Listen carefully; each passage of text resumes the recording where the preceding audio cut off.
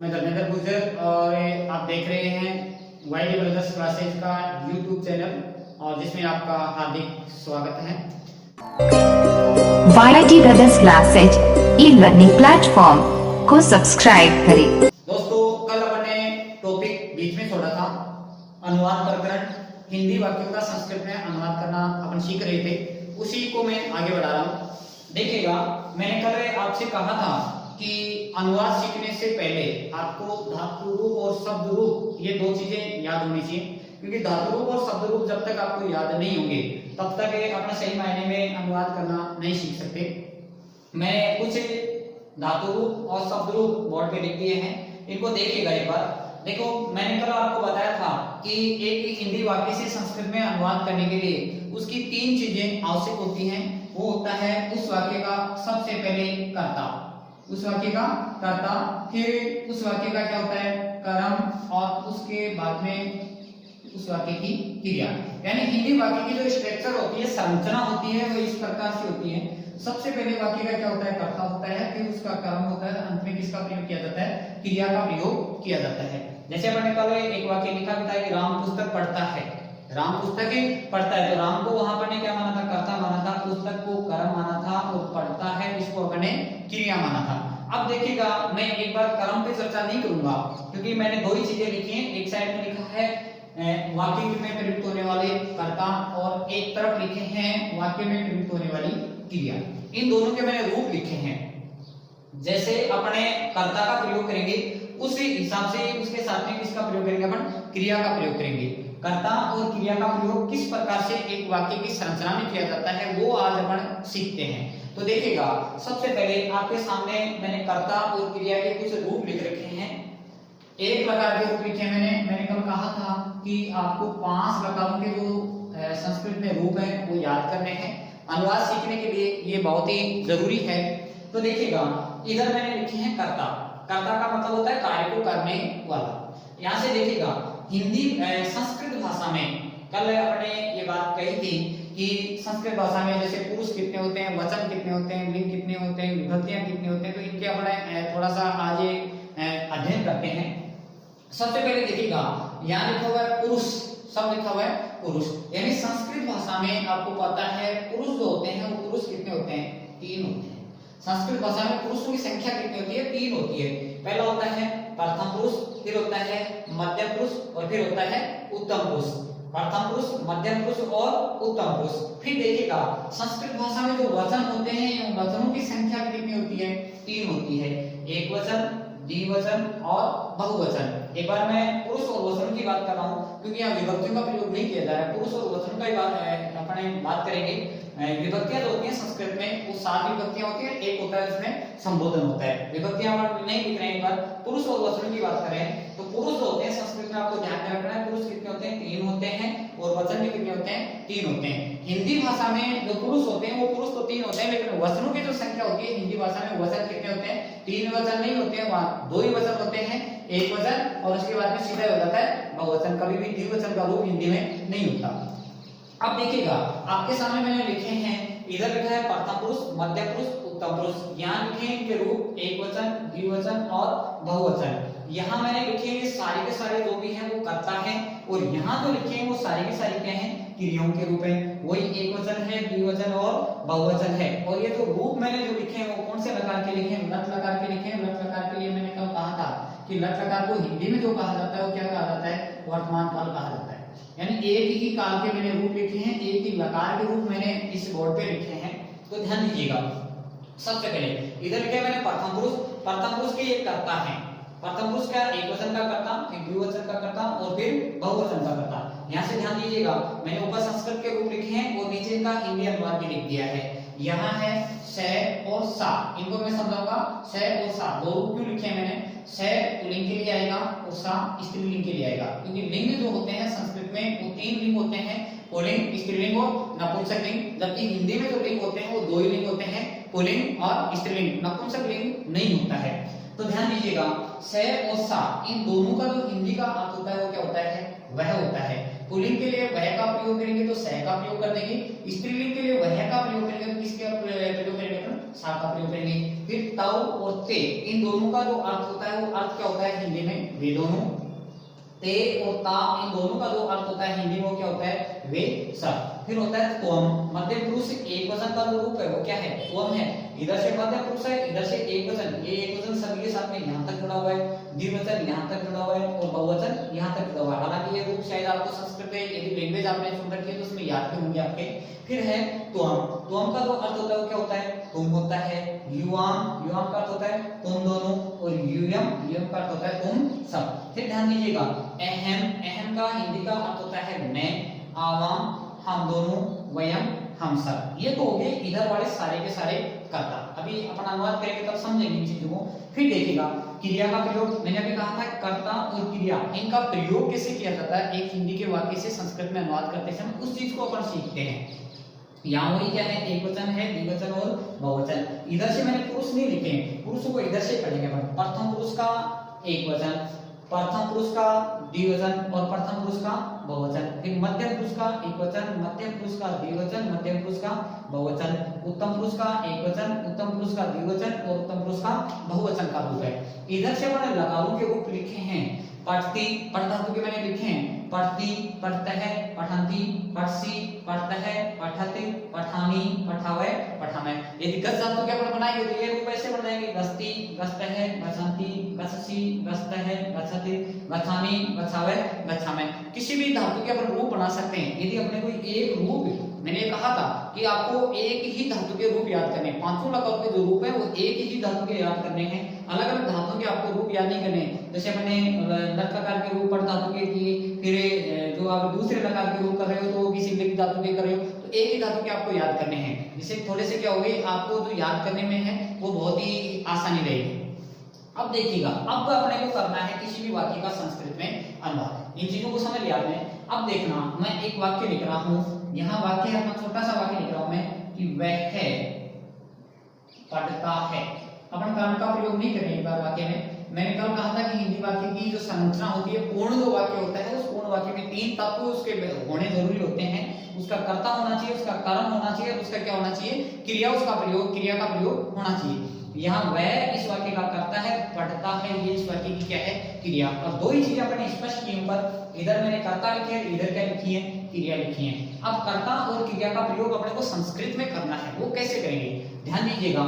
यह अंत में सबसे पहले उस वाक्य का अनुवाद करते समय, हिंदी से संस्कृत में अनुवाद करते समय सबसे पहले उस वाक्य में किसकी पहचान करनी है आपको, लकार की पहचान करनी है। किसकी पहचान करनी है, लकार की पहचान करनी है। उस वाक्य में काल की पहचान करनी है। हिंदी वाक्य दिया होगा आपके, यदि एग्जाम में ऐसा प्रश्न आता है तो पहले उसका हिंदी वाक्य दिया होगा, उसका आपको संस्कृत में अनुवाद करना है। तो संस्कृत में अनुवाद करते समय सबसे पहले आपके वाक्य के अंत की जो ये शब्दांश दिया हुआ है उसकी की और आपको ध्यान देना है। इस वाक्य के अंत में देखिएगा वह पढ़ता है, अंत में क्या है ता है, क्या है ता है। और अपने कल ये थोड़ा सा पढ़ा था कि जो लट लकार होता है, जो वर्तमान काल होता है, उस वर्तमान काल की पहचान क्या होती है कि कोई भी हिंदी वाक्य होता है उस हिंदी वाक्य के अंत में क्या आता है ता है अथवा ती है, ते हैं, ताहू यानी इत्यादि आते हैं। किसी भी हिंदी वाक्य के अंत में इन शब्दांशों का प्रयोग हो रहा है। किस किस का, ता है, ती है, ते हैं, ताहू इत्यादि शब्दांशों का यदि प्रयोग हो रहा है तो वहां अपने सबसे पहले काल की पहचान कर लेते हैं। वहां काल होता है, कौन सा काल मान लिया जाता है, वर्तमान काल मान लिया जाता है। अब यहाँ देखिएगा इस वाक्य के अंत में अपने पहचान कर ली कि वह पढ़ता है, तो अंत में क्या आया ता है। ता है होने के कारण सबसे पहले अपने लकार की पहचान कर ली, काल की पहचान कर ली। वो काल कौन सा हो गया है, इस वाक्य में वर्तमान काल हो गया है। इस वाक्य में अपने को ध्यान देना है कि वाक्य में किसकी पहचान करनी है, इस वाक्य के कर्ता की पहचान करनी है। अपने को पता चल गया है कि इस वाक्य की जो क्रिया है वह पढ़ना है। क्रिया क्या है, पढ़ना है। और इसका काल जो है वो क्या है, वर्तमान काल है। और वर्तमान काल होने के कारण वर्तमान काल को संस्कृत में क्या कहा जाता है, लट लकार के नाम से जाना जाता है। अब ध्यान दो, वाक्य का कर्ता की खोजेंगे, कर्ता खोजेंगे तो कर्ता इस वाक्य का क्या है, वह है। अब इधर आ जाओ, क्योंकि कर्ता मैंने इस साइड में लेकर के, क्रियाएं इस साइड में लिख रही है। अब वह वाक्य का कर्ता क्या है, वह। अब इधर ढूंढना है कि वह जो हिंदी का रूप है इसका संस्कृत में रूप क्या बनेगा। अब ध्यान दो थोड़ा सा, वह। अब वह के लिए भी दो कर्ता हो रही है संस्कृत में, एक तो स है और एक क्या है, सा। अब ध्यान देना आपको कि यह जो वह है ये पुल्लिंग का है कि स्त्रीलिंग का है, तो वह पढ़ता है। अंत में क्रिया का जो प्रयोग हो रहा है वह पढ़ता है, ता है होने के कारण इस वाक्य का जो कर्ता है वो क्या है, पुल्लिंग है। आसानी से पहचान सकते हैं अपन, क्योंकि लिंग हिंदी भाषा के अनुसार लिंग क्या, एक टॉपिक आपकी लिंग का टॉपिक, हालांकि वो हिंदी भाषा में वो करूंगा मैं लिंग का टॉपिक, उसमें आपको थोड़ी सी ही सावधानी रखनी है। लिंग की पहचान, लिंग का एक क्वेश्चन हमेशा कोई सी एग्जाम हो, जैसे एसआई की एग्जाम होती है उसमें लिंग से संबंधित 4-5 क्वेश्चन आते हैं, जबकि अपने रीट की जो एग्जाम होती है, रीट की एग्जाम में हिंदी से की जो एग्जाम होती है उसमें लिंग से संबंधित हमेशा एक क्वेश्चन पूछा जाता है, और वो सिंपल सा क्वेश्चन होता है। कोई भी वाक्य दिया होता है या तो उस वाक्य में कोई रेखांकित करके पूछा जाता है कि इस वाक्य का जो रेखांकित पद है इसका लिंग बताइए, लिंग क्या है। या दूसरा पूछा जाता है, कोई भी सीधा शब्द दे दिया जाता है, कोई भी एक शब्द दे दिया जाता है, उसमें पूछा जाता है कि इस शब्द का लिंग बताइए, इस शब्द का लिंग बताइए। तो लिंग जांच करने के लिए आपको सिंपल सा वे है, हालांकि लिंग के टॉपिक में पूरा का पूरा बताऊंगा, सिंपल सा एक आप उस शब्द का एक कोई भी अपनी मर्जी के अनुसार कोई भी एक वाक्य बना लीजिएगा। लिंग की पहचान करने का तरीका बता रहा हूं हिंदी में, जो भी शब्द दिया होगा उससे आपको एक सिंपल सा, जो भी आपकी मर्जी है, कोई जरूरत नहीं है कौन से लकार में बना रहे हो, कौन से काल में बना रहे हो, कौन सी विभक्ति में बना रहे हो, आप सिंपल सा एक वाक्य बना लीजिए। और वाक्य के अंत में क्रिया, ये जो क्रिया है ये वाक्य के अंत में क्रिया का प्रयोग पुल्लिंग में हो रहा है, तो वाक्य का जो शब्द दिया हुआ है वो क्या होगा, पुल्लिंग का होगा। स्त्रीलिंग का दिया होगा तो वो शब्द जो होगा वो किसका होगा, स्त्रीलिंग होगा। कुछ उदाहरण देकर के मैं आपको बता रहा हूँ, देखिएगा। जैसे दीवार है, क्या है, दीवार। अब आपको पता नहीं चल रहा है कि दीवार जो शब्द है ये पुल्लिंग का है कि स्त्रीलिंग का है, शब्द पुल्लिंग का है कि स्त्रीलिंग का है। अब दीवार शब्द से कोई भी एक सेंटेंस आप बना लीजिएगा, कोई भी एक वाक्य बना लीजिएगा। जैसे मैं बोलूं कि दीवार ढह गई या दीवार ढह गया, दीवार ढह गई या दीवार ढह गया, तो दीवार ढह गया नहीं होता है, अशुद्ध वाक्य है। शुद्ध वाक्य क्या होगा, दीवार ढह गई। इसका मतलब जो क्रिया का प्रयोग हो रहा है कौन से लिंग हो रहा है, स्त्रीलिंग हो रहा है। इसका मतलब दीवार जो शब्द है वो कौन से लिंग का हो गया, स्त्रीलिंग का हो गया। दूसरा देखिएगा, छत। छत शब्द के लिए यदि आपसे पूछा जाए छत जो शब्द है ये पुल्लिंग का है कि स्त्रीलिंग का, तो छत गिर गई या छत गिर गया, तो छत गिर गई, छत गिर गई। इसका मतलब स्त्रीलिंग की क्रिया का प्रयोग हो रहा है, तो ये जो छत शब्द है ये भी क्या है, स्त्रीलिंग का शब्द है। पंखा शब्द, पंखा है तो पंखा चल रहा है या चल रही है, तो पंखा चल रहा है, इसका मतलब पुल्लिंग का शब्द है। पंखा जो शब्द है वो किसका है, पुल्लिंग का शब्द है। ये मार्कर है, ये मार्कर चल रहा है या चल रही है, तो मार्कर चल रहा है, इसका मतलब मार्कर जो शब्द है किसका है, पुल्लिंग का शब्द है। पुस्तक शब्द, पुस्तक फट गई या पुस्तक फट गया, तो पुस्तक फट गई, इसका मतलब स्त्रीलिंग की क्रिया का प्रयोग हो रहा है, तो पुस्तक जो शब्द है ये किसका है, स्त्रीलिंग का। हालांकि संस्कृत में 3 लिंग होते हैं, एक नपुंसक लिंग और होता है, लेकिन हिंदी में 2 ही लिंग होते हैं, पुल्लिंग और स्त्रीलिंग। तो कोई सा भी शब्द है इसकी पहचान, लिंग की पहचान करें। कुछ खास ऐसे हिंदी में कुछ ऐसे वर्ड होते हैं जिनसे आसानी से अपन पता भी नहीं लगा पाते हैं, लेकिन उनका निर्धारण करने का तरीका भी मैं आपको लिंग के टॉपिक में बताऊंगा। दूसरा देखिएगा, जैसे आपसे सीधा पूछ लिया गया, कोई एक शब्द दिया हुआ है कि बताओ छिपकली शब्द है, आपके सामने कौन सा शब्द है, छिपकली शब्द है, और पूछ लिया जाए कि छिपकली शब्द का लिंग बताओ, तो छिपकली मर गई, छिपकली मर गया, छिपकली मर गई। इसका मतलब छिपकली जो शब्द है ये कौन से लिंग का हुआ, स्त्रीलिंग का हो गया। छिपकली शब्द कौन से लिंग का हो गया, स्त्रीलिंग का हो गया। अब देखिएगा थोड़ा सा प्रश्न है, इसमें घुमा करके पूछ लिया जाएगा, वो यूं पूछा जाएगा कि कोई भी शब्द दिया होगा उसका सबसे पहले तो लिंग पूछेंगे, इसका लिंग कौन सा है, फिर ये पूछेंगे कि लिंग चेंज करके बताइए, लिंग परिवर्तनम, संस्कृत में भी है लिंग परिवर्तनम, यानी लिंग का परिवर्तन करके बताइए। पुल्लिंग का है तो उसका स्त्रीलिंग का रूप क्या बनेगा, स्त्रीलिंग का है तो उसका पुल्लिंग का रूप क्या बनेगा। जैसे आपके सामने छिपकली शब्द है और ये अपने को पता चल गया कि स्त्रीलिंग का शब्द है। अब यदि इसका स्त्रीलिंग से पुल्लिंग बनाना चाहिए छिपकली का, तो क्या बनाएंगे, छिपकला नहीं करना है, छिपकला नहीं करना है, नहीं तो क्या हो जाएगा, अशुद्ध हो जाएगा। जैसे आपसे पूछ लिया गया कोई शब्द है, जैसे है आप गाय शब्द है, क्या है, गाय, और गाय का सीधा सा शब्द बन जाता है कि गाय एक स्त्रीलिंग का शब्द है, इसका पुल्लिंग क्या बन जाता है, बैल बन जाता है, क्या बन जाता है, बैल बन जाता है। लेकिन ये जो कुछ शब्द ऐसे हैं जिनके कभी भी पुल्लिंग और स्त्रीलिंग के शब्दों में चेंज नहीं होता है, कोई भी परिवर्तन नहीं होता है, उन शब्दों से पहले कुछ शब्दांश और जोड़ दिए जाते हैं। जैसे छिपकली स्त्रीलिंग का शब्द है, इसका पुल्लिंग का छिपकला नहीं करना है, छिपकली से पहले अपन को जोड़ देना है, स्त्रीलिंग है तो इससे पहले क्या जोड़ देंगे, नर शब्द का प्रयोग करेंगे। यदि इसका लिंग चेंज करना है तो नर छिपकली हो जाएगा, क्या हो जाएगा, नर छिपकली हो जाएगा। इसी प्रकार से आपसे कभी पूछ लिया जाए कि बताओ मगरमच्छ शब्द है मगरमच्छ।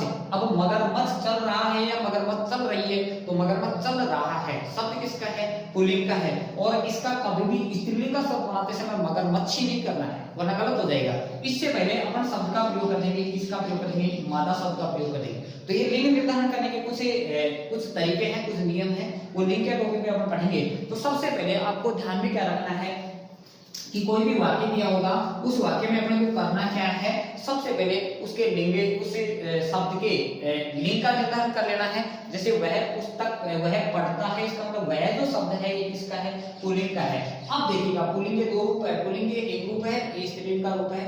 वह के लिए अपने प्रयोग कर दिया संस्कृत का रूप लिख दिया अपने क्या, स है। तो इसका संस्कृत का अनुवाद करते समय वह के स्थान पर अपने क्या लिख दिया, स। क्या लिख दिया, स। अब ध्यान देना आपने को कि पढ़ता है, क्या है, पढ़ता है। यहाँ खास ध्यान में रखने की आपकी बात है वो क्या है, सबसे पहले आपको ये ध्यान रखना। अब इधर से क्रियाएं लगानी है अपने को। क्रियाएं लगाते समय आपको ध्यान केवल इतना रखना है कि ये जो सह शब्द अपने लिखा है इसका पुरुष और वचन क्या है, पुरुष और वचन क्या है। तो इधर से ध्यान दीजिएगा, ये सह लिखा हुआ है, इसके इधर क्या है, पुरुष है। और कौन सा पुरुष है इसमें, सह में प्रथम पुरुष। इधर से वचन देखना है और सह में वचन जो दिया हुआ है, कौन सा वचन दिया हुआ है, एक वचन दिया है। तो ये कह सकते हैं अपन कि सह जो ये करता था इसमें प्रथम पुरुष का क्या है, एक वचन है, प्रथम पुरुष है एक वचन। अब सह जो करता था इसका पुरुष और वचन है, प्रथम पुरुष का एक वचन है, तो क्रिया किसी की लगा दो, प्रथम पुरुष एक वचन की। कोई सोचने समझने की नहीं, रखने की कहीं पे भी जरूरत है आपको। यहाँ से प्रथम पुरुष एक वचन का करता है तो उसके साथ में प्रथम पुरुष एक वचन की क्रिया का प्रयोग कर दिया जाएगा। इधर से देखो, ये दो ऊपर वाली क्रियाएं जो चल रही हैं ये प्रथम पुरुष की हैं, पढ़ती, पढ़ते, पठन्ति। और इधर से वचन देख लीजिएगा, तो एक प्रथम पुरुष एक वचन की जो क्रिया होगी वो क्या हो जाएगी, पढ़ती। तो सह के साथ में जो क्रिया का प्रयोग होगा वो कौन सी क्रिया का प्रयोग हो जाएगा, पढ़ती क्रिया का प्रयोग हो जाएगा। और अपना वाक्य जो हो जाएगा वो शुद्ध हो जाएगा। यानी संस्कृत में इसका अनुवाद हो गया, वह पढ़ता है, तो क्या हो जाएगा, सह पढ़ती। अब मैं यदि यहाँ ये लिख दूं कि तुम पढ़ते हो, वाक्य इस प्रकार से लिख दूं कि तुम पढ़ते हो, और आपसे पूछा जाए कि इसका संस्कृत में अनुवाद कीजिए, सिंपल सा, यदि आपको याद है, थोड़ा सा दिमाग लगा लोगे तो बहुत ही आसान तरीका है। तुम पढ़ते हो, वही सिंपल सा तरीका है। अंत में क्या लिखा हुआ है, ते हो। अब मैंने अभी लिखा था ता है, ती है, ते हैं, ते हो, ता हूं इत्यादि शब्दांश आते हैं, तो वहां क्या होता है, वर्तमान काल माना जाता है, लट्लकार माना जाता है। तो वर्तमान काल हो गया, लट्लकार हो गया। अब वाक्य का कर्ता क्या है, तुम। इधर आ जाओ, तुम के लिए संस्कृत का जो रूप लिखा हो तो आसानी से आप पहचान सकते हो, तुम ये हिंदी का रूप है, इसका संस्कृत का रूप क्या बनता है, तुम बनता है। तो तुम के स्थान पे आप इसका प्रयोग कर सकते हो, किसका, तुम।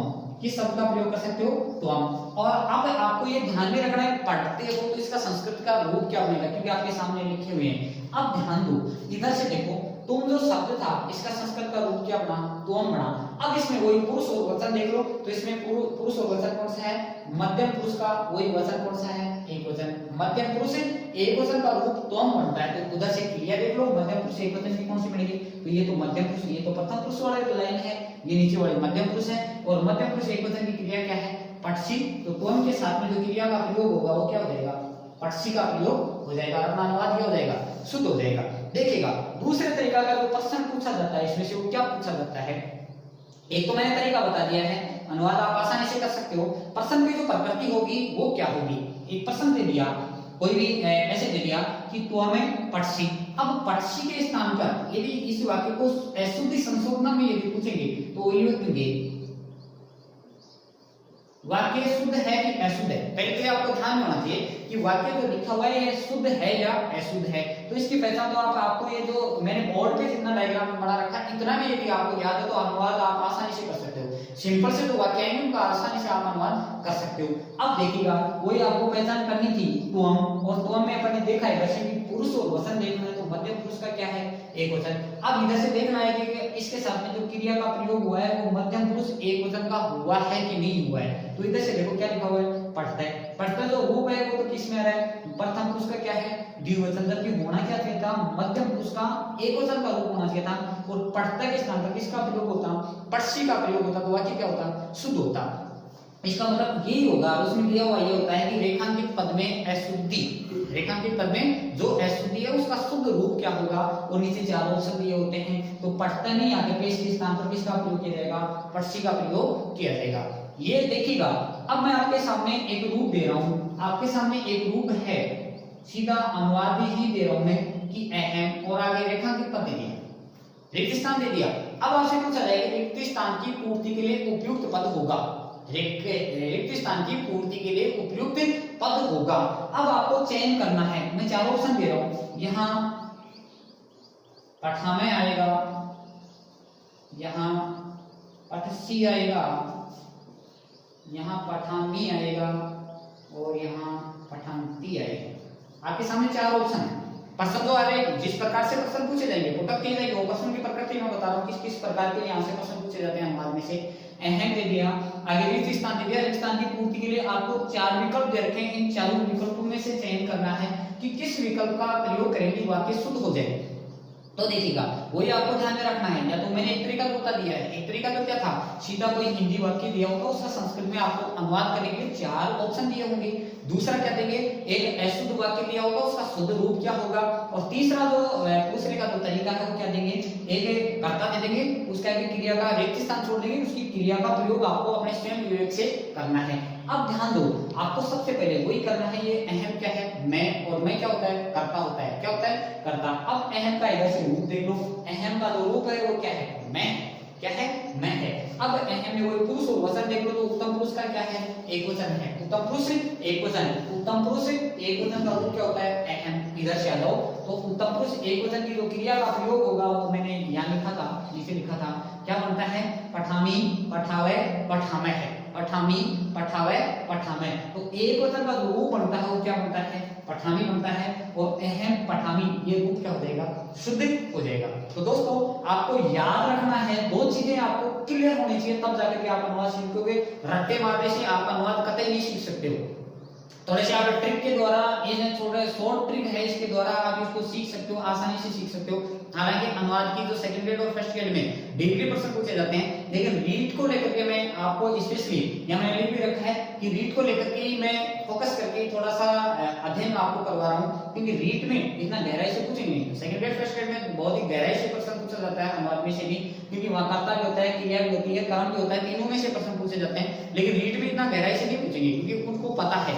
दूसरी बात बता दूं कि संस्कृत लैंग्वेज जो आपकी सेकंड लैंग्वेज के रूप में संस्कृत का जो आप चयन करते हो, अंग्रेजी का आप चयन करते हो, इसके पीछे औचित्य क्या है। आपने सोच रखा होगा कि अपने को हिंदी क्यों पढ़नी पड़ रही है, संस्कृत क्यों पढ़नी पड़ रही है, क्योंकि अपने तो तृतीय श्रेणी की शिक्षा पढ़ने जा रहे हैं, उसके लिए हिंदी क्यों जरूरी है, संस्कृत क्यों जरूरी है, एसएसटी क्यों जरूरी है, एसएसटी के जो 3-4 पार्ट होते हैं वो क्यों जरूरी है, साइकोलॉजी अपने के लिए क्यों जरूरी है, शिक्षा मनोविज्ञान क्यों जरूरी है अपने लिए, साइंस मैथ होने के लिए साइंस मैथ क्यों जरूरी है। तो इसका पीछे लॉजिक ये होता है, क्योंकि अपने को तो तृतीय श्रेणी शिक्षक बनना है, अब अपने को संस्कृत की कहाँ जरूरत पड़ रही है, क्यों जोड़ दिया गवर्नमेंट ने। इसके पीछे एक बहुत बड़ा लॉजिक ये होता है कि आप 8वीं तक के स्कूल के टीचर बनने जा रहे हो, 1 से लेकर के 8वीं तक के स्कूल के टीचर बनने जा रहे हो, 1 से लेकर के 5वीं तक के जो प्रथम लेवल होता है उसमें तो हालांकि संस्कृत नहीं होता है, लेकिन जो अपना 6 से लेकर के 8 तक की जो कक्षाएं होती है उसमें एक लैंग्वेज चलती है अपने, और वो होती है कौन सी, संस्कृत। अब वहां जो 8वीं तक के स्कूल होते हैं उसमें कोई भी पद सर्जित नहीं होता है, किसी भी सब्जेक्ट का पद सर्जित नहीं होता है। हालांकि फर्स्ट ग्रेड और सेकंड ग्रेड तो होता है,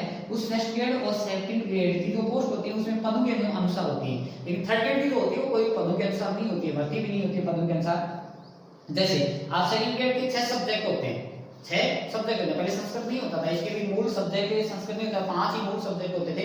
हालांकि अब 6 जो सब्जेक्ट है संस्कृत, इसको भी मान्यता दे दी गई है, 6 के 6 सब्जेक्ट होते हैं, पद सर्जित होते हैं 6 के 6। अब देखिएगा वहां तो स्पेशली 9 और 10 कक्षा को पढ़ाने के लिए तो स्पेशली सब्जेक्ट का टीचर होता है, 11 और 12 के पढ़ाने के लिए फर्स्ट ग्रेड का टीचर होता है, लेकिन 8वीं तक का स्कूल है उसमें नहीं तो सेकंड ग्रेड की पोस्ट है, नहीं फर्स्ट ग्रेड की पोस्ट है। अब वहां उन बच्चों को संस्कृत पढ़ाए कौन, उन बच्चों को संस्कृत पढ़ाए कौन, तो इतनी संस्कृत की जरूरत आपको रीट में पड़ेगी जो कि आप 8वीं तक की कक्षाओं को पढ़ा सकें। आपको स्पेशल ज्ञान नहीं चाहिए उसका, बहुत गहराई से ज्ञान अध्ययन नहीं करना है, आपको पीएचडी नहीं करनी है संस्कृत है, आपको इतना ही ज्ञान होना चाहिए कि आप कम से कम 8वीं तक की जो कक्षाएं हैं उनको व्याकरणात्मक ज्ञान दे सकें और उनका जो भी पाठ्य पुस्तक है उनका अध्ययन करवा सकें। इसके लिए आपको संस्कृत जोड़ी गई है, दूसरा जो लैंग्वेज है संस्कृत जोड़ा गया है। कुछ इंग्लिश के भी टीचर होते हैं तो इंग्लिश भी एक सब्जेक्ट होता है, इंग्लिश के लिए भी वही जरूरी होता है, वही इंग्लिश जोड़ी जाती है।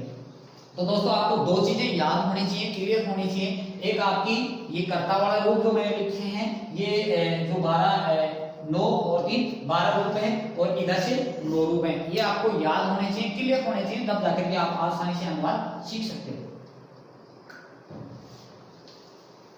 देखिएगा, मैं एक क्रम वाला उदाहरण और बताता हूँ, इनमें आप आसानी से बता सकते हो। देखिएगा तो इधर से मैं स्पष्ट कर रहा हूँ आपको। जैसे सह, सह के साथ में उधर से क्रिया आएगी पठती। यदि आप नोट्स बनाते हो सेल्फ के इन यूट्यूब चैनल को देख करके, ये भी स्वयं के नोट्स बना रहे हो, तो जैसे जैसे मैं बोल रहा हूँ उस हिसाब से आप इसको वीडियो को पॉज कर करके और इसे नोट्स बना सकते हो, स्वयं के नोट्स बना करके अध्ययन कर सकते हो आप। सह, सह के साथ में उधर से क्रिया आएगी कौन सी? पठती। क्या आएगी? पठती। मैं करता बोल रहा हूँ तव, क्या है? तव। तव के साथ में क्रिया आएगी कौन सी? पठता है। ते, ते के साथ में क्रिया आएगी कौन सी? पठंती। ये तो हुआ पुल्लिंग का। वैसे ही स्त्रीलिंग का यदि आ जाए सा, सा के साथ में वही क्रिया हो जाएगी पठती। ते, ते के साथ में क्रिया आएगी पठता है। और ये बहुत बार पूछ चुके हैं, ये प्रश्न बहुत बार पूछ चुके हैं ते वाला, क्योंकि ते देखो यहाँ भी है, ते यहाँ भी है। पुल्लिंग वाचक के लिए तो ते का प्रयोग होगा वो बहुवचन के लिए होगा, स्त्रीलिंग वाचक शब्द के लिए ते का प्रयोग होगा वो किस में आएगा?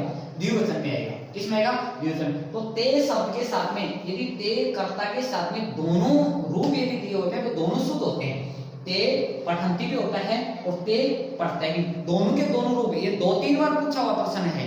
एक ऑप्शन दे दिया कि ते पढ़ता है, ते पठंती, और तीसरा विकल्प क्या होता है? उभव। तीसरा विकल्प क्या होता है? उभव। और चौथा विकल्प होता है उभावेव में, क्योंकि पेपर का जो मीडियम होगा बिल्कुल संस्कृत में होगा।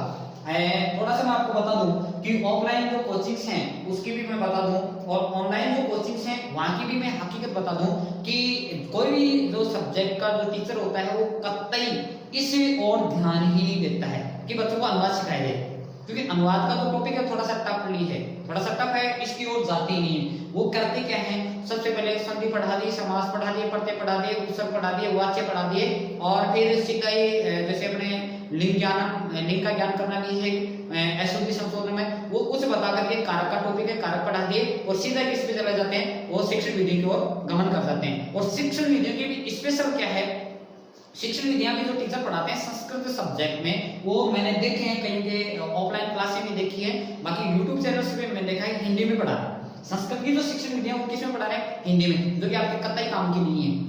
वो केवल आपको एक मूर्ख बना रहे हैं, स्टूडेंट को एक शिक्षक होता है वो मूर्ख बना रहा है, ऐसा होना नहीं चाहिए। संस्कृत सब्जेक्ट यदि है तो संस्कृत में शिक्षण विधि होनी चाहिए, क्योंकि आपका पेपर जो आएगा वो बिल्कुल हिंदी का कहीं नाम भी नहीं आएगा, पूरा का पूरा संस्कृत में आएगा। पेपर जो होगा वो संस्कृत मीडियम होगा। इसके लिए जरूरी आपको क्या याद होना चाहिए? आपको संस्कृत में अनुवाद करना आना चाहिए, सबसे पहले जरूरी है। चाहे आपको ऑफलाइन क्लास भी आप यदि कहीं पे ले रहे हो रीड की स्पेशल, तो वहां आप जाते यदि शिक्षक नहीं पढ़ाता है तो भी आप जाते कहिएगा कि सर हमें पहले अनुवाद करना सिखाइए, क्योंकि अनुवाद यदि आपको नहीं आता तो संस्कृत कतई समझ में नहीं आएगी। कल के वीडियो में मैं कुछ दूसरे लकार को लेकर के थोड़ी सी चर्चा और करेंगे, क्योंकि 3 लकार 4 लकार अपने और बच रहे हैं, उनको लेकर के अपन चर्चा और करते हैं। तब तक अपना ख्याल रखना, धन्यवाद।